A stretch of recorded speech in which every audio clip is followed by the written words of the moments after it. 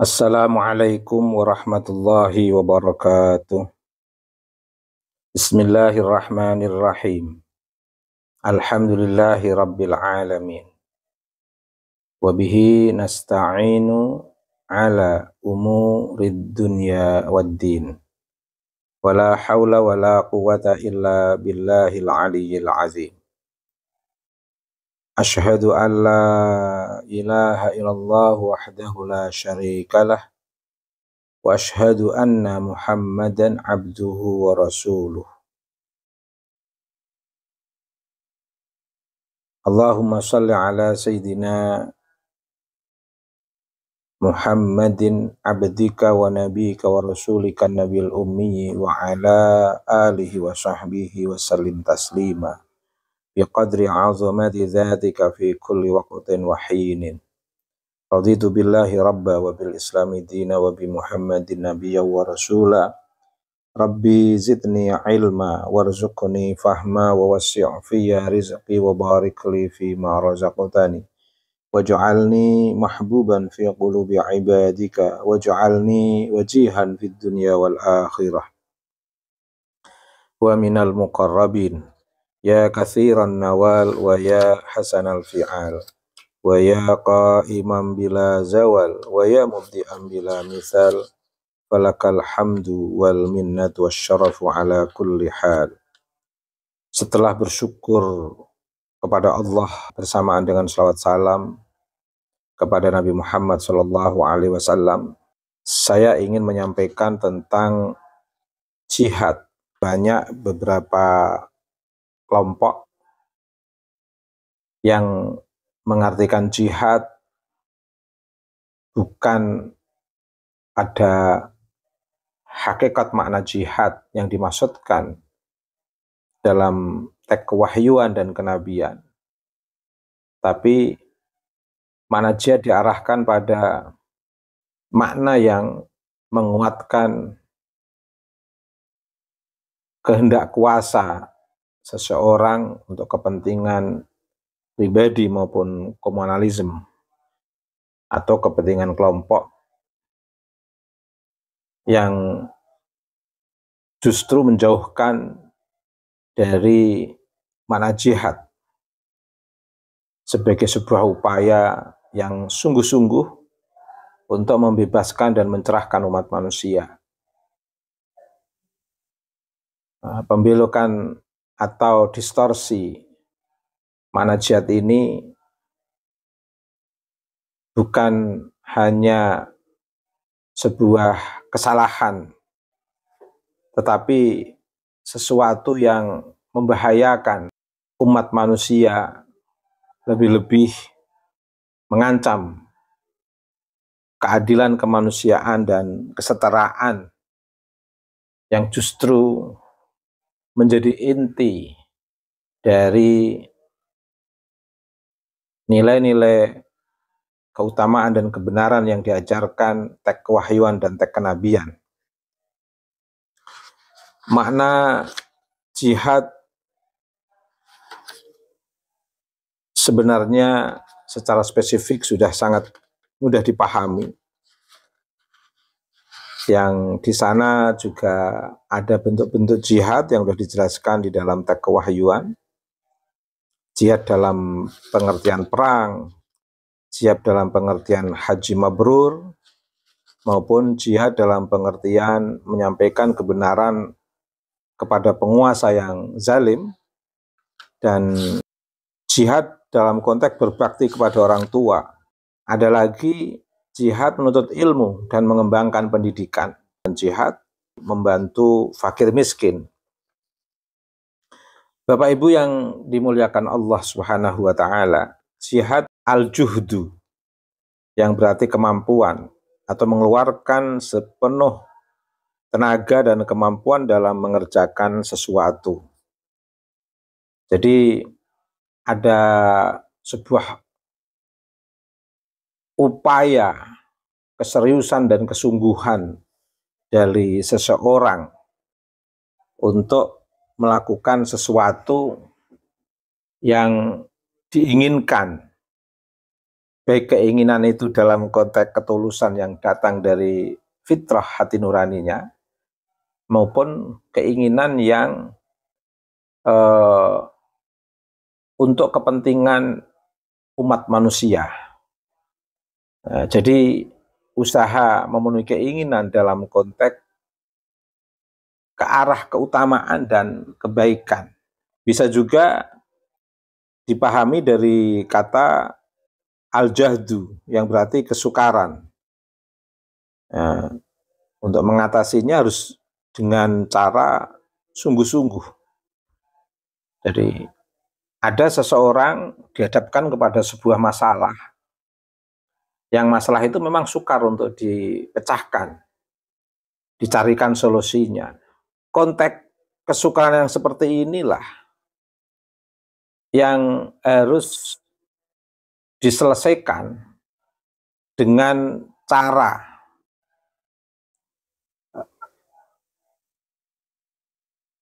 usaha yang sungguh-sungguh.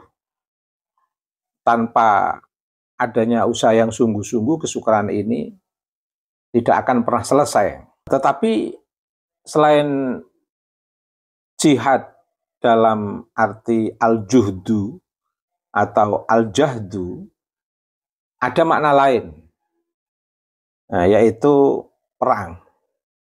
Nah, ini kebanyakan orang lebih mengarah kepada pengertian yang jihad bermakna perang. Nah, coba kita lihat dari keterangan Wahbah Az-Zuhaili dalam kitab Al-Fiqhul Islam wa Adillatuhu. Secara bahasa, jihad itu bekerja keras, bersungguh-sungguh, mengarah pada mentotalitaskan seluruh kemampuan untuk menyelesaikan suatu masalah terkait dengan tujuan yang mulia. Apakah dalam konteks al-juhdu, atau dalam konteks al-jahdu, atau dalam konteks qital, yaitu perang. Menurut Ar-Raghib Al-Isfahani dalam kitab Mu'jamul Mufradat di Al-Fadhil Quran, jihad itu mengerahkan segala kemampuan untuk menangkis serangan dan menghadapi musuh yang tidak tampak. Dalam konteks ini tentu hawa nafsu yang bersumber dari diri sendiri, atau musuh yang disimbolkan dengan istilah setan, atau musuh yang tampak. Dalam konteks ini adalah orang kafir yang memusuhi Islam. Tapi perlu dipahami, kafir dalam konteks ini itu adalah orang yang tidak menerima kebenaran. Tentu yang secara mudah dipahami adalah kebenaran yang diajarkan oleh Nabi Muhammad SAW. Dan juga orang yang membuat kerusakan lingkungan, tidak menjaga lingkungan lestari, lingkungan hidup, bahkan mencoba melakukan pengrusakan terhadap lingkungan.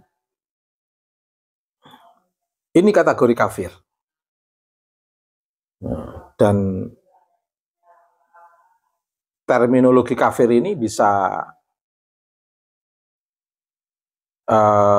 diteliti lebih jauh, tentu akan menemukan makna-makna yang fundamental yang pada intinya dari simpulan atau garis besar teks kewahyuan dan kenabian itu lebih mengarah pada kafir dalam konteks orang yang tidak menerima kebenaran Nabi Muhammad, kebenaran yang dibawa oleh Nabi Muhammad SAW, dan kebenaran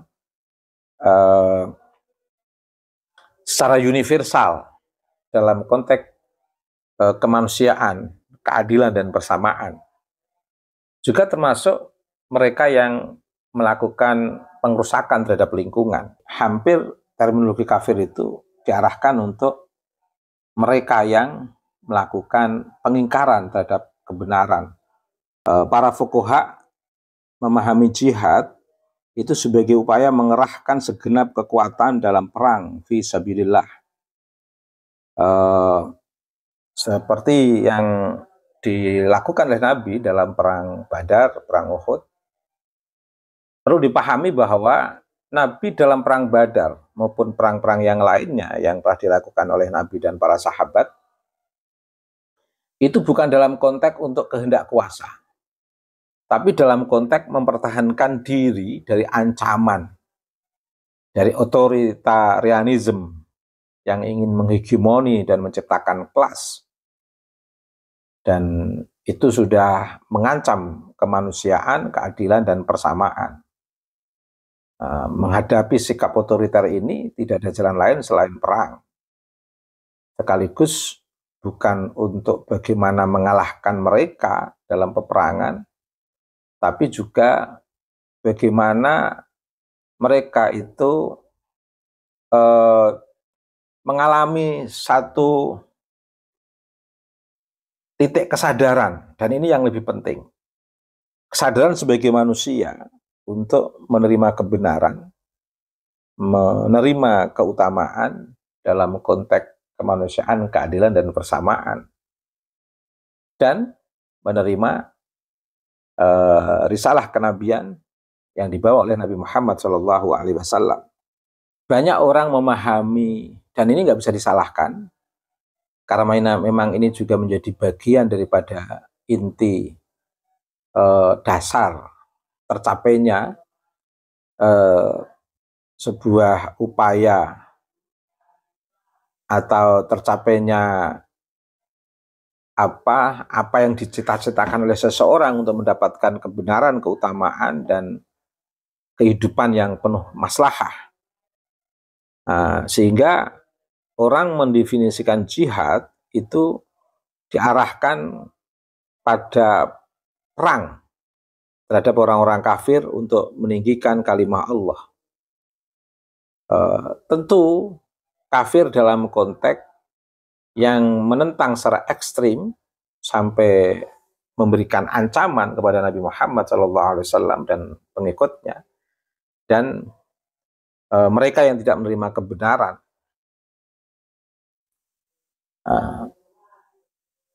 Bukan kafir dalam konteks yang memang secara ideologis mereka menentang Nabi, tetapi mereka tidak mau melakukan permusuhan, tidak mau melakukan peperangan, bahkan ingin mengambil jalan damai. Kafir-kafir yang ingin mengambil jalan damai ini bukan objek jihad dalam arti perang. Karena yang menjadi objek jihad dalam arti perang itu adalah kafir yang memang mengancam kemanusiaan, keadilan, dan persamaan, bahkan mengancam nyawa umat manusia. Kita akan menemukan kata jihad di dalam Al-Quran itu sebanyak 41 kali. Dan itu kita temukan di beberapa ayat. Yang diantaranya jihad dapat berarti perjuangan yang berat, mengerahkan segenap kemampuan untuk meraih suatu tujuan dan cita-cita dalam berperang itu.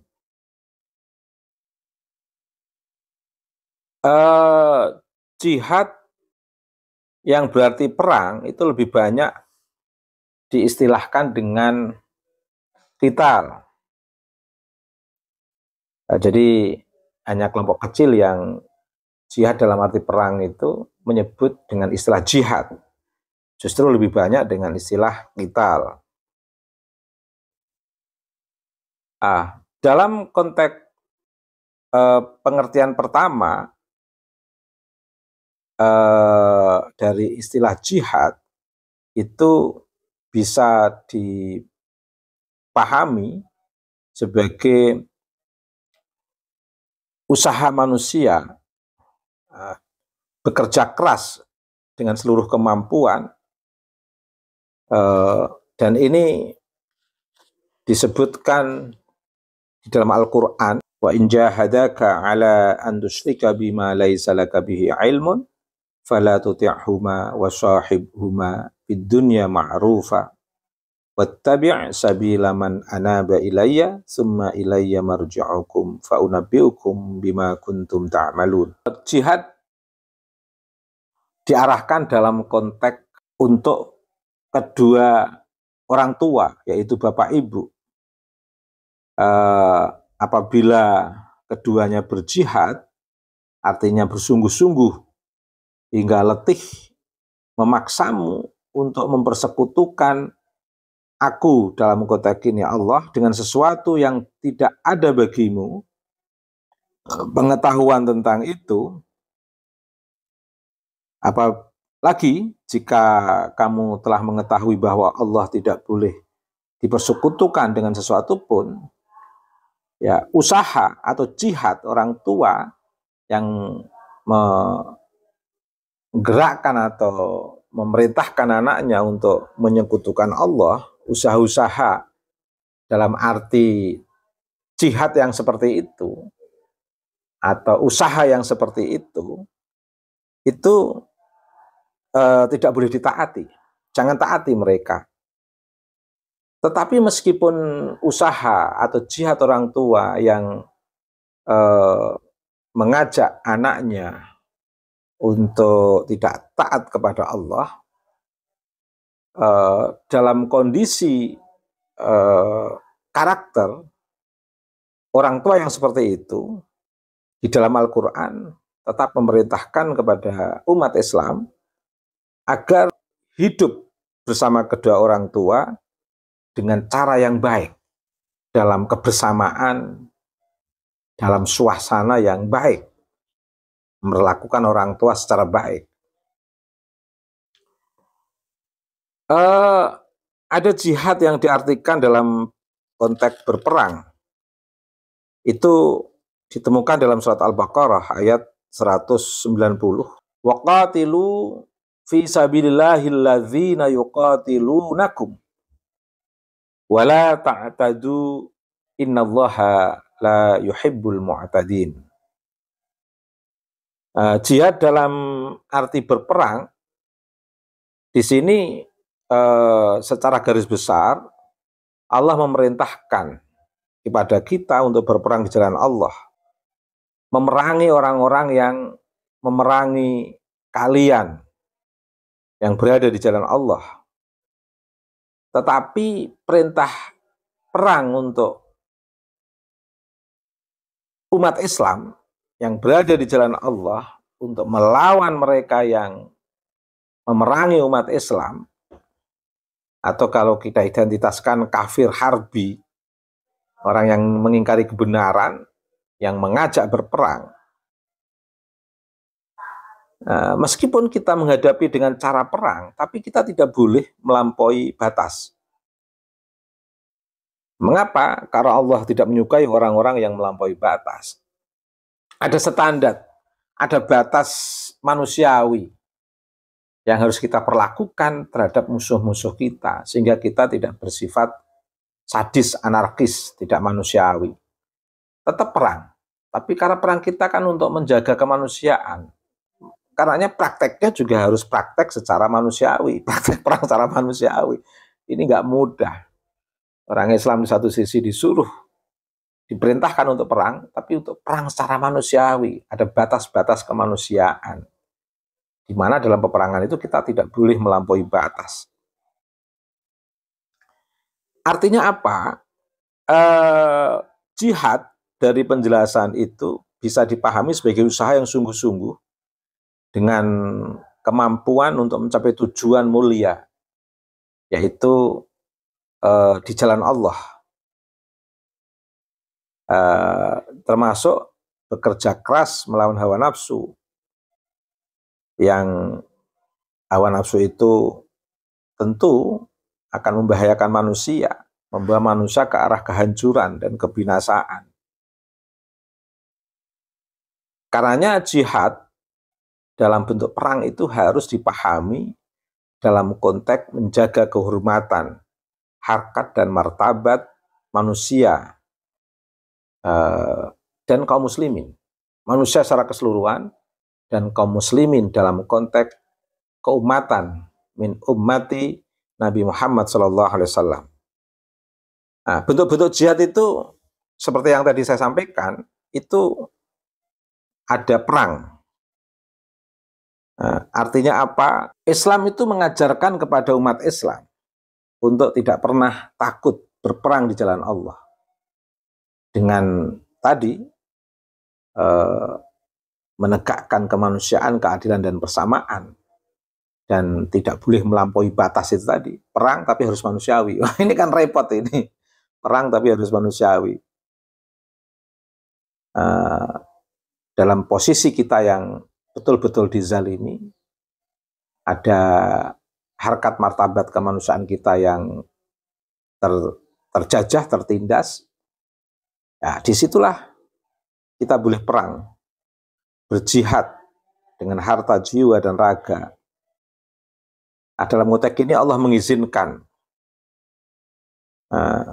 Tapi itu tadi syaratnya tetap untuk membela diri, bukan untuk kehendak kuasa. Dan itu harus manusiawi. Ini kan yang menjadi problem. Boleh perang tapi harus manusiawi. Artinya tidak boleh melampaui batas, itu kan artinya ada sisi-sisi kemanusiaan yang harus kita perhatikan dalam berperang. Mungkin diantaranya tidak boleh membunuh orang yang tidak ikut perang, kaum janda, anak-anak, atau mereka yang sedang belajar misalnya, atau merusak lingkungan misalnya. Perang tapi jangan merusak lingkungan misalnya.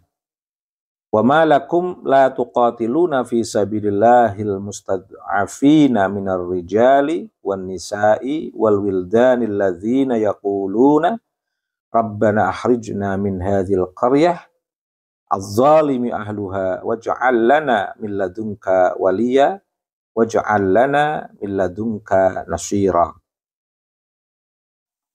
Artinya justru Allah di sini menegur bagi orang yang tidak mau berperang. Mengapa kamu tidak mau berperang? Wa ma lakum la tuqatiluna fi sabilillah. Itu. Mengapa kamu tidak berperang di jalan Allah? Membela orang yang lemah. Baik laki-laki, perempuan maupun anak-anak. Yang mereka semuanya itu sudah berdoa, memohon pertolongan. Mengapa kamu tidak menolong? Bahasa eksplisitnya kan di situ. Sampai mereka itu berdoa, ya Rabb, ya Tuhan kami, kalau di sini istilahnya Rabbana akhrijna, ya Tuhan kami, keluarkanlah kami dari negeri ini yang zalim penduduknya, dan berilah kami pelindung dari sisimu, dan berilah kami penolong dari sisimu. Tolong orang-orang yang sudah sampai bermunajat seperti ini, kamu menyaksikan, kamu harus memiliki sifat intersubjektivitas, keberpihakan. Bangun kekuatan untuk melindungi mereka menuju ke arah kemanusiaan, keadilan, dan persamaan, menuju ke arah kesetaraan. Kalau sudah dalam konteks seperti ini kan, udzina lilladzina yuqataluna bi annahum zulimu wa innallaha ala nasrihim laqadir. Kalau sudah seperti ini, Allah mengizinkan untuk berperang bagi orang-orang yang diperangi. Mengapa? Karena posisi orang-orang yang diperangi ini adalah orang-orang yang dizalimi. Dan bahkan orang dalam posisi yang seperti ini, Allah Maha Kuasa menolong mereka ini, adalah orang-orang yang dizalimi. Bahkan seringkali kita dengarkan doaul mazlum mustajabah, doa orang yang dizalimi itu sangat mustajabah, artinya dikabulkan oleh Allah. Hati-hati dengan orang-orang yang dizalimi.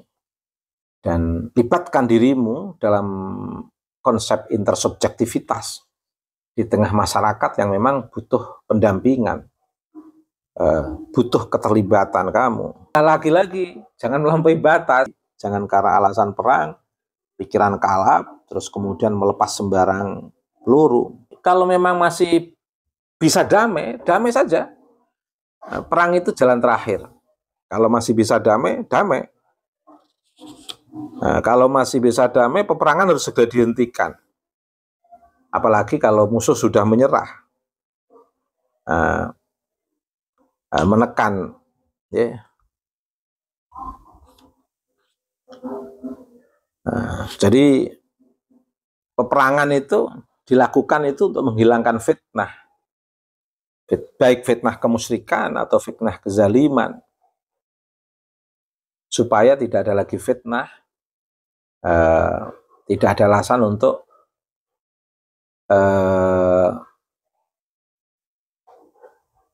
tidak berperang. Memang harus berperang untuk menghentikan fitnah. Dan itu dijelaskan dalam surat Al-Baqarah ayat 193.